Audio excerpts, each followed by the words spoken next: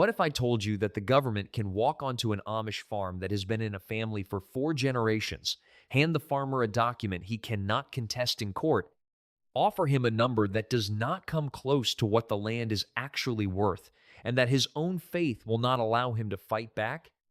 What eminent domain is. Eminent domain is the legal power of the government to take private property for public use roads, pipelines, highways, as long as it pays what the law calls just compensation. What it does not require is the landowner's consent. The government does not need to ask. It needs to notify, assess, and pay what its own appraisal determines the property is worth. Whether that number reflects what the land actually means to the family that worked it for generations is a question the law does not ask. For an Amish farmer whose family has built everything into a specific piece of ground, it is one of the most devastating things the outside world can produce. The morning the notice came. The notice comes in the mail like any other government document official letterhead. Legal language, a description of the land being acquired, a road widening, a pipeline easement, a utility corridor running through the exact ground where his family has grown wheat and raised cattle for 40 years. He reads it at the kitchen table. He may read it more than once because the language is designed for lawyers. He sets it down, he goes to the barn, and does what he does every morning. And somewhere inside that ordinary morning, he begins to understand that the letter means what he thought it meant. Why he will not fight? An English farmer facing eminent domain can hire a lawyer, challenge the appraisal in court, negotiate, appeal, and apply political pressure. Amish farmers do not use most of these tools, not because they are unavailable, but because using them violates something more fundamental than property rights. The Amish principle of non-resistance teaches that a Christian does not take another to court, does not resist authority by legal contest, and does not place earthly possessions above the call to yield. It is a theological commitment that has defined Amish identity since the 16th century. To sue the government over land is to step outside that commitment in a way the bishop cannot endorse. Some Amish farmers do consult lawyers quietly, stopping short of formal litigation. But the full legal fight an English farmer might wage is not a path the Amish farmer can walk without compromising the very faith that makes the land worth fighting for. The compensation they offered. The government's compensation offer is calculated using a formula the law considers fair. An independent appraiser assesses the market value of the land being taken, what a willing buyer would pay a willing seller under normal conditions. That number is submitted. The farmer receives it.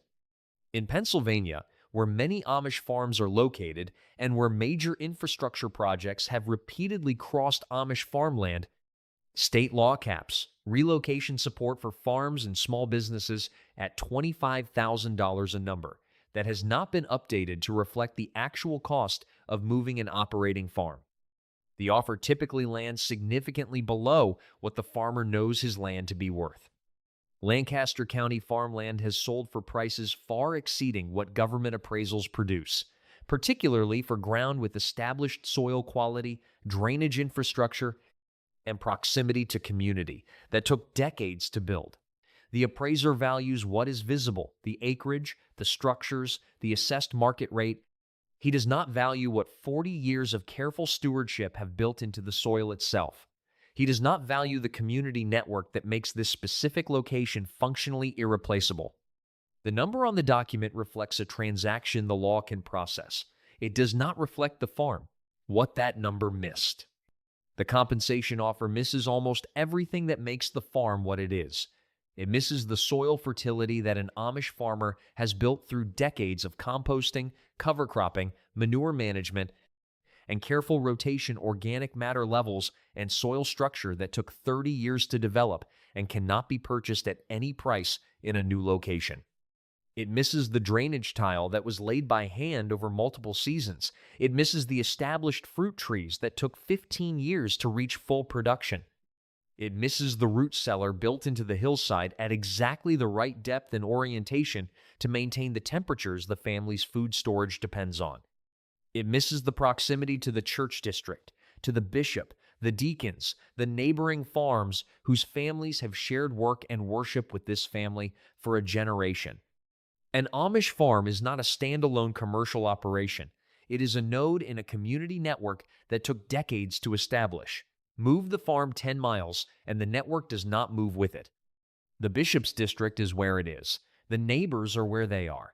The relationships that make Amish life function, the shared labor at harvest, the community response to illness, the web of mutual support that replaces every social service the English world provides institutionally are tied to physical proximity in a way that a government appraiser has no line item for.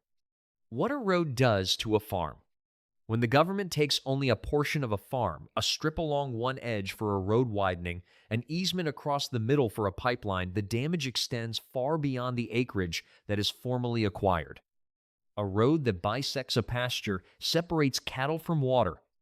A pipeline easement running through a field leaves a permanent corridor of disturbed soil that cannot be farmed above it, and that changes the drainage patterns on either side for years. An access road constructed through the corner of a property tears up the fence line, disrupts the rotation schedule, and introduces noise and traffic that affects livestock behavior across the entire operation. Government appraisals typically compensate only for the land directly taken.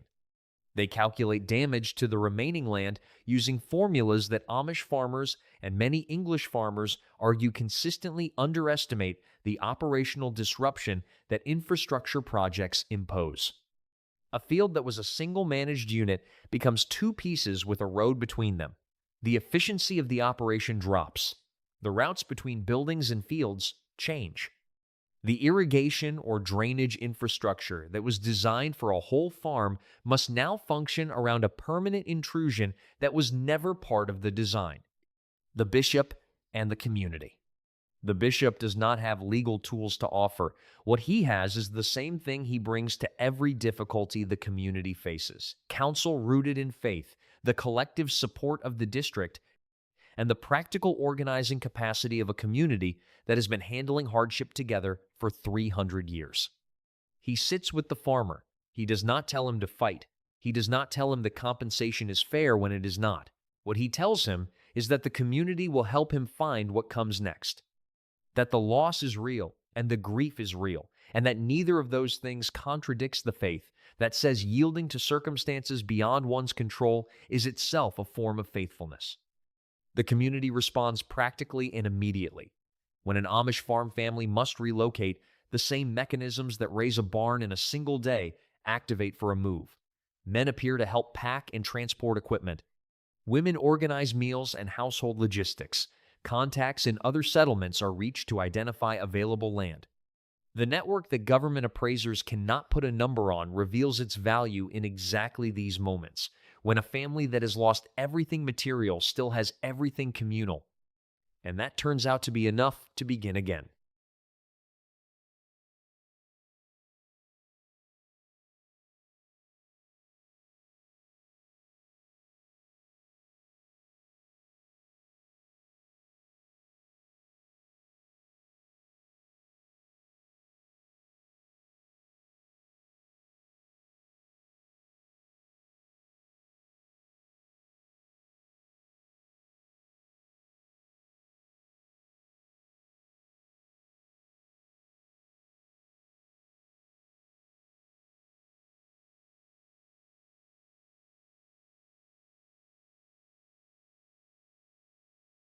Finding land somewhere else.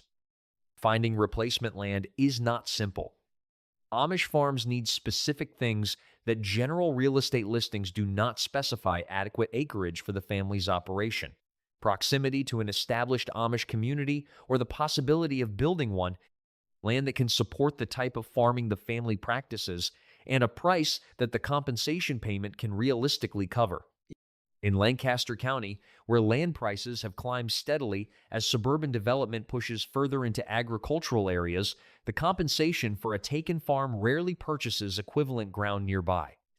A family displaced from 30 acres in Lancaster may find that the same money buys 60 acres in Missouri or 80 acres in Kentucky, more land, lower quality community infrastructure, and a move that takes them away from the bishop, the neighbors, and the district that have been their entire social world. Some families find land within the same settlement and rebuild within reach of the community they know. Others join established settlements in other states where land is still affordable and Amish communities are growing. The move is never only a farm transaction, it is a community transplant, and how successfully the family takes root in the new location depends on factors that no real estate transaction can guarantee. What money cannot replace. The farm that the government took can, in a narrow legal sense, be compensated. The land has a price. The structures have a replacement value. The crops in the ground have an assessed worth. The law provides a number, and the farmer receives it, and the transaction is, from the government's perspective, complete. What cannot be compensated is the grave in the back corner of the property where his father is buried. The apple tree his mother planted the year of his parents' wedding that has been producing fruit every September since before he was born. The particular view from the barn door at first light that he has seen every morning of his adult life, and that exists nowhere else on earth in exactly that form. The specific quality of the soil in the field his grandfather broke by hand, the way it smells after rain, the way it works under a plow, the way it has responded to every season of care his family has given it. These things have no line item in an eminent domain proceeding. They are not legally compensable. They are not even fully articulable in a legal context. But they are what a farm actually is to the family that has built their life inside it, and their absence in the compensation formula is not an oversight in the law.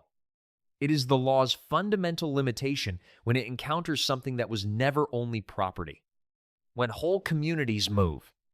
The individual farm taken by eminent domain is one event, but it exists inside a larger pattern that Amish communities in high-pressure areas have been responding to for decades.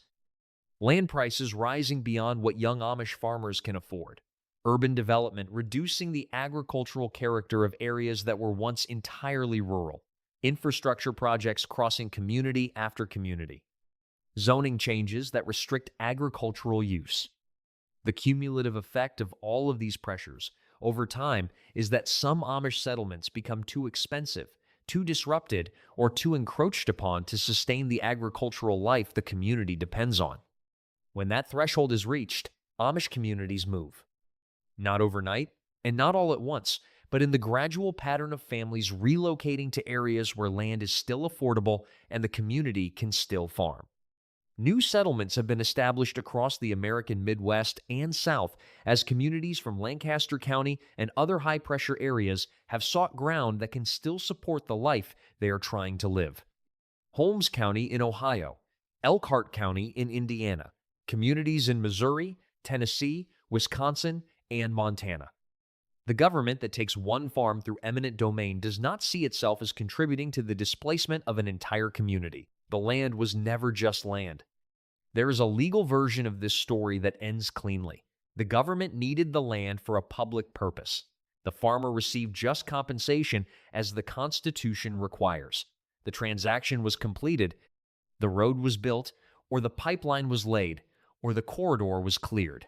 The law was followed. From the government's perspective, the matter is closed. That version is accurate as far as it goes. What it does not go far enough to reach is what the land actually was, what it contained, that no appraisal measured and no compensation check replaced. A family's entire history of physical labor accumulated across generations, concentrated in one piece of ground. A community's social infrastructure, built around the proximity of specific families to specific neighbors, disrupted by a move that the law considers reasonable and the community experiences as a loss that does not have a clean endpoint. The Amish farmer who received the notice, who did not fight, who accepted the compensation and began the process of finding somewhere else to go, did not do those things because he agreed with what happened.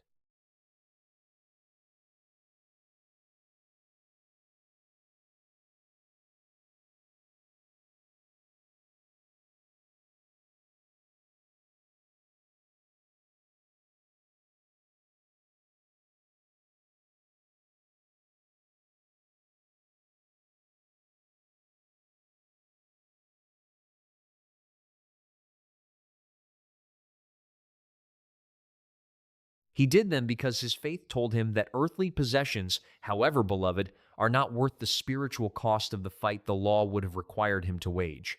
That is not weakness. It is a different hierarchy of values than the one the government's process assumes. The road is there now. The pipeline runs where the wheat field was. The government project is complete, serving a public that will never know what stood there before. And somewhere else, in a new settlement in a state he had never visited before the letter arrived, on land that his children are only beginning to learn, an Amish farmer is starting the long work of building a farm that his grandchildren might someday grieve to lose.